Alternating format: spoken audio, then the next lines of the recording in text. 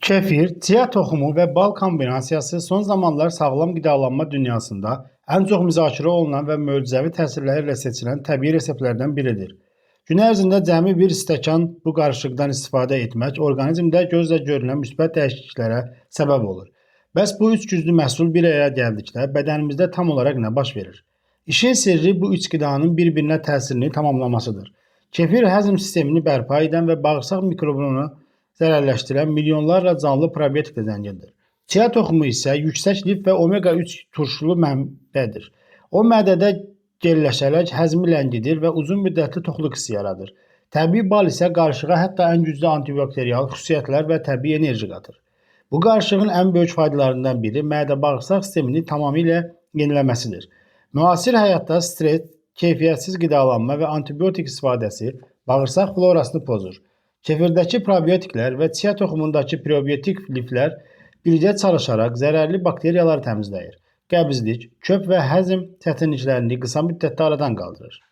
İkinci vacib məqam isə çəki nəzarəti və maddələr mübadiləsinin sürətlənməsidir. Chia toxumu öz çəkisindən dəfələrlə çox suyu udduğu üçün mədədə həcm tutur və qan şəkərinin kəskin qalxmasının qarşısını alır. Balın tərkibindəki təbii fruktoza isə şirniyyat krizlərini yatırır. Bu qarışıq xüsusilə səhər ac qarnına və ya axşam yeməyi əvəzinə qəbul etdikdə bədəndə piylənmənin qarşısını almaq və piylərin yandırılmasını tətikləmək mümkün olur. Nəhayət bu kombinasiyanın immun sistemini gücləndirir və dərinin keyfiyyətini yaxşılaşdırır. Məlumdur ki, immun sisteminin 70%-dən çoxu bağırsaqlarımızda yerləşir. Sağlam bağırsaq daha güclü immunitet və daha təmiz dəri deməkdir.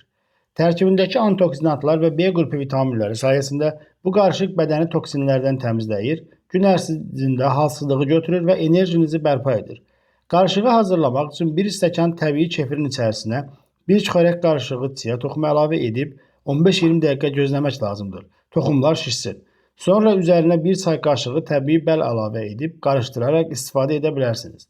Sağlamlığınızı bərpa etmək üçün sadə adəti gündəlik rasionunuza daxil etməyiniz kifayətdir. Videomuzu bəyəndinizsə kanalımıza abunə olmağı, videomuzu bəyənməyi və öz fikirlərinizi şərhlərdə yazmağı unutmayın.